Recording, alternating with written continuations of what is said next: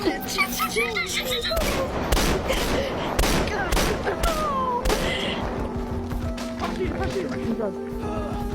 down, just go down.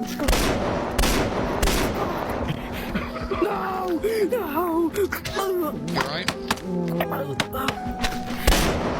Hey, but why are these bullets doing nothing? What's the point in having a gun if you can't do nothing?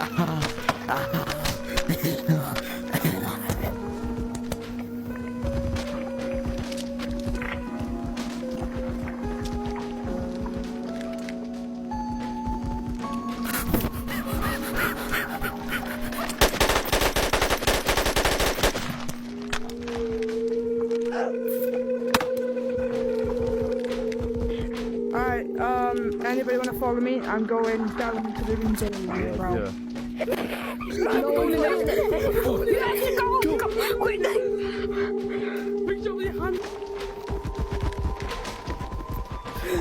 Someone help me! Oh, please! No!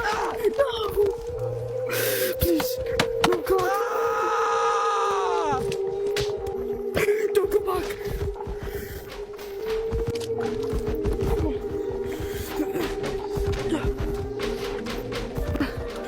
Up here, the light.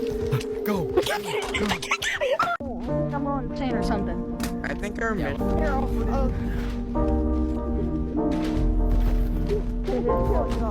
Passing through. Here. Where you up? Oh shit! Oh shit! Help me!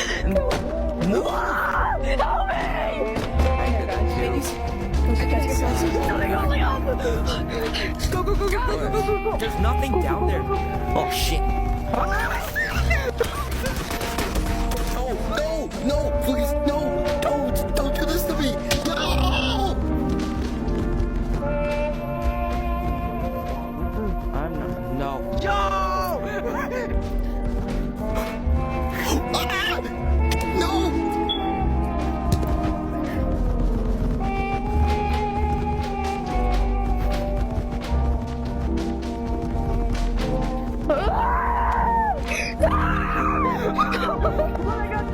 No! No, fuck no. No,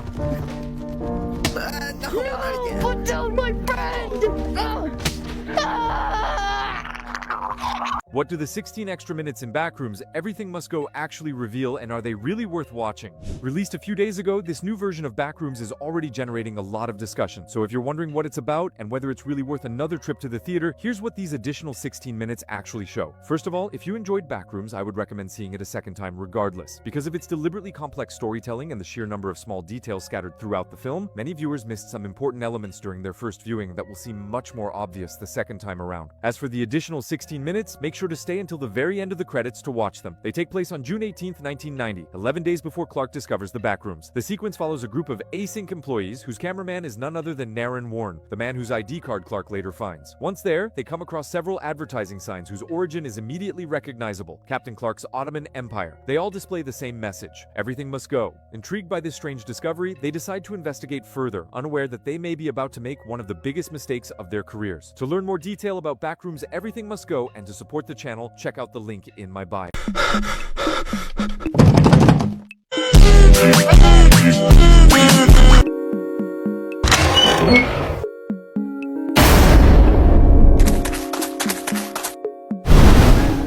Oh, hell no.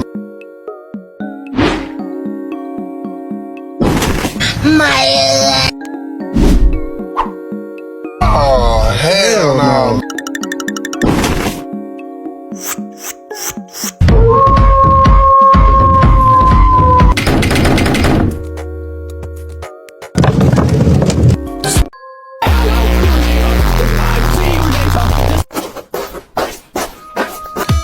Hey, what's up, everybody? This is not good. I think this is the end. Yeah, I think this is the end, bro. I think we're dead. My name is Andrew Dingus. Oh, shittings. Don't grab me. If you grab me, I'ma bite you.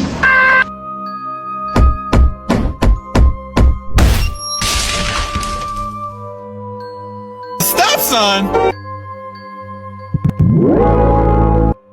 Alright, cuz, today, I'ma eat the one chip challenge. Pray for me, cuz. I forgot to bring milk. All I have is water, which is 18,293 years old.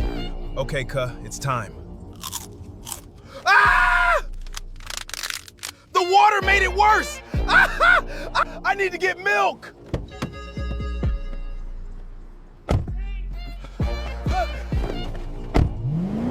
All right, to make a long story short, I lost my car and my mouth isn't even spicy anymore, so all of this was a waste of time.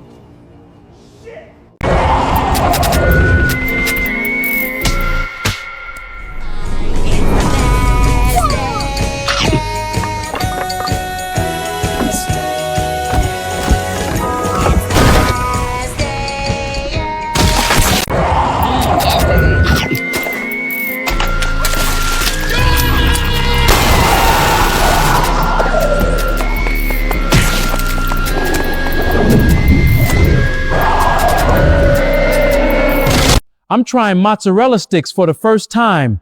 Let's do a cheese pull test. Whoa, look at this super stretchy cheese. Now for the dip. So gooey and delicious. These are amazing.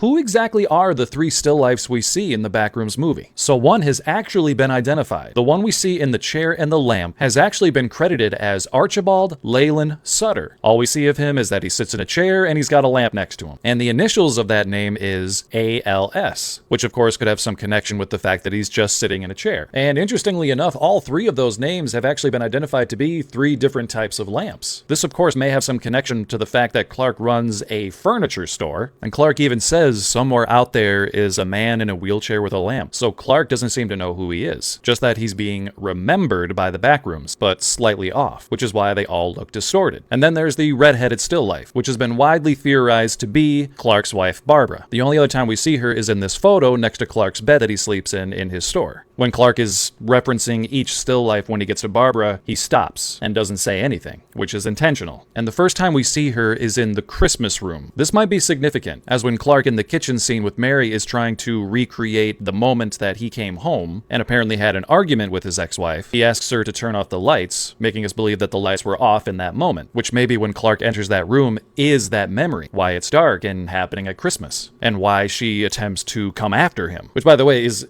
a terrifying scene. Also meaningful is when the redheaded still life immediately starts to run when she hears Captain Clark start coming down the hallway, reading into the connection to who Captain Clark is, a possible representation of all the darkness that's in Clark, like when he would come home drunk, angry, possibly abusive. And then we have the bearded overweight man. Many have thought that this is the electrician that visits the store earlier in the film, but they look completely different and I don't think that's who it is. And they're actually credited as being two different people. And by the way, one of the actor's previous roles was an elf in the movie Elf. I think this is him right here. And again, specifically, Clark mentions that there's a random man that looks like that out in the world somewhere. So he clearly doesn't know who that is. So the only significance to that character is that Clark uses him to demonstrate that these still lifes don't feel anything, as is evident when he stabs them in the neck, and that they are edible, which is obvious when he takes a chunk out of his stomach and places it on the plates. How did you figure that out, Clark? This reminds me of how crazy the first person who ever drank cow's milk must have seemed to everybody. How everyone looked at him like, dude, what are you doing? But anyway, that's all I got here. Let me know what you think.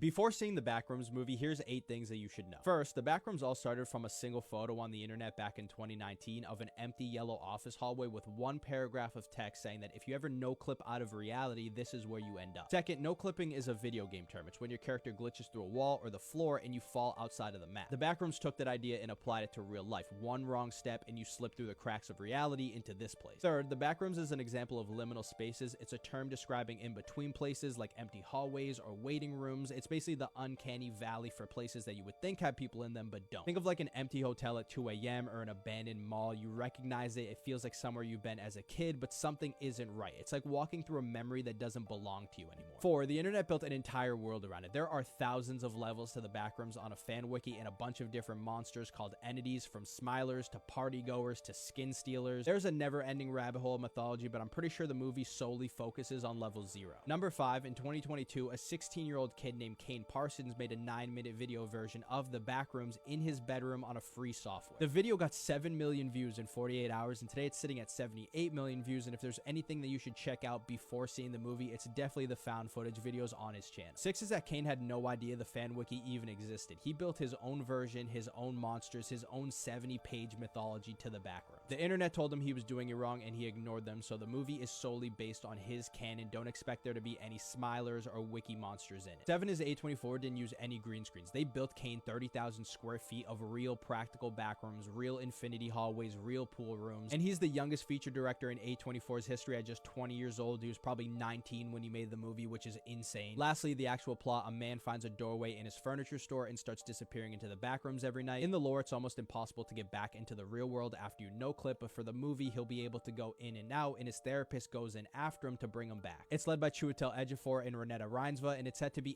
A24's biggest opening that they've ever had, which would make Kane Parsons the youngest director in history to open #1 at the box office. Surely he doesn't come over here. What the hell? Oh, the bird! Yo! Wait, can I go down here? Whoa! No shot, they got this area too. What's down here if Clark's entity is up there already? Dude.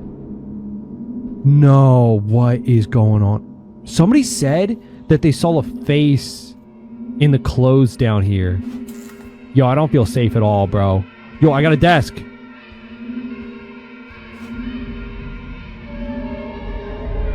No, I don't know. What's the music kicking up, dude? No shot. No, I'm leaving. I'm actually scared. I'm actually scared. Get out of here. No. No, I feel like I'm gonna get dragged down. Clark! Clark! Clark! Clark! Clark! What do I do? What do I do? What do I do? What do I do? What do I do? What do I do? What do I do? You can have the furniture store, Clark! It's yours! He's on. Dude, he won't leave me alone, bro. What do I do? Yo, what if he started crawling at me? You think he walks away? He's stuck up there. I can see him glitching out, bro. Oh, no. This isn't good.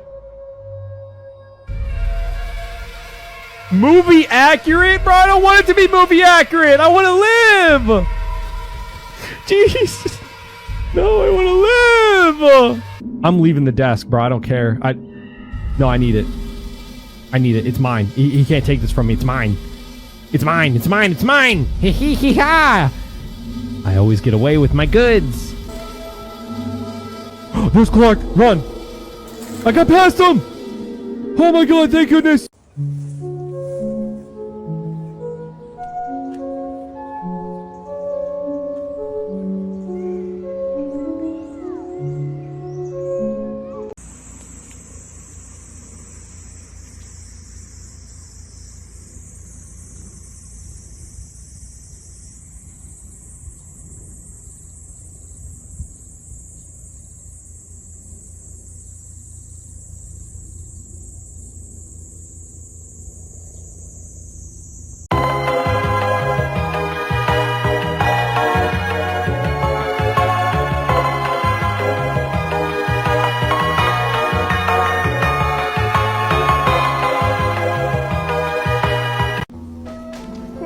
Schizophrenia, bro. Can be my schizophrenia, bro. How the hell you... What was that? What was that? What was that? What was that? What is that? What is that? What was that? What was that? What was that? What is that? What is that? What is that? Ah!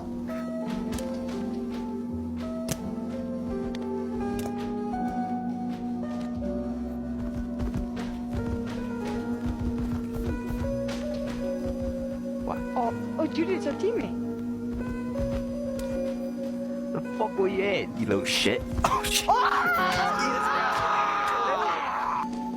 Well, we need to find him. Wait, stop. What? Oh, Judy's a teammate.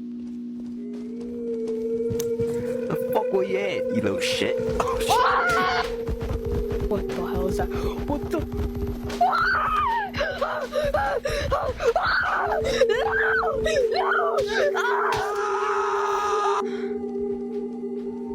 What the hell is that?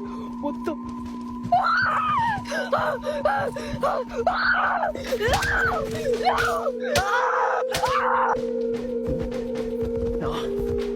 Oh my god, oh my god, oh my god. There's no way out. No. There's no way out. There's no way out.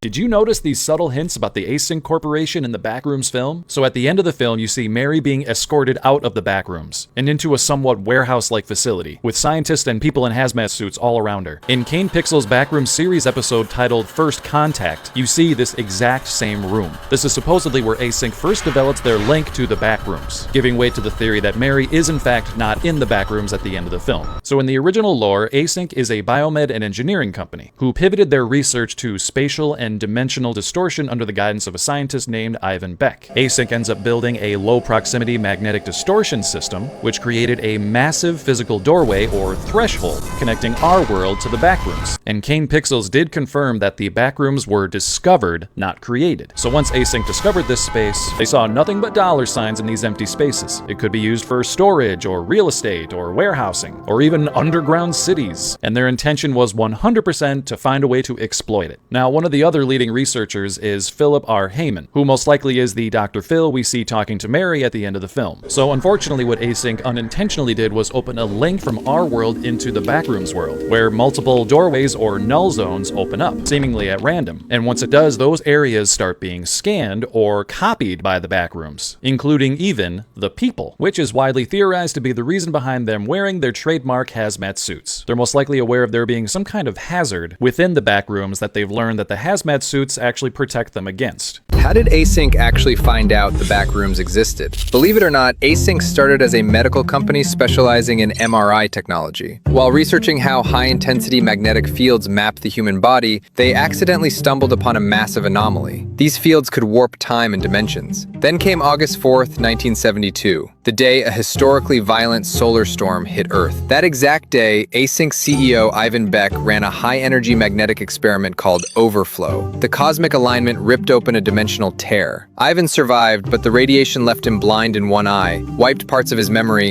and left him obsessed with this hidden dimension, the complex. He immediately pivoted Async into a covert research hub, securing secret funding from the Department of Energy. They built a miniature magnetic prototype. The portal was too small for a human, but it captured electromagnetic feedback and particle fluctuations, proving the Backrooms was real. By 1988, Ivan Beck pitched Project KV-31 to the higher-ups, masking it as the ultimate solution to land shortages and the housing crisis. 6 test runs later, coinciding with the devastating Loma Prieta earthquake, the threshold was blown wide open. As humanity's collective 1980s consciousness flooded inside, the endless yellow corridors materialized. But back then, Async had no idea they had just fed themselves right into the jaws of a cosmic monster.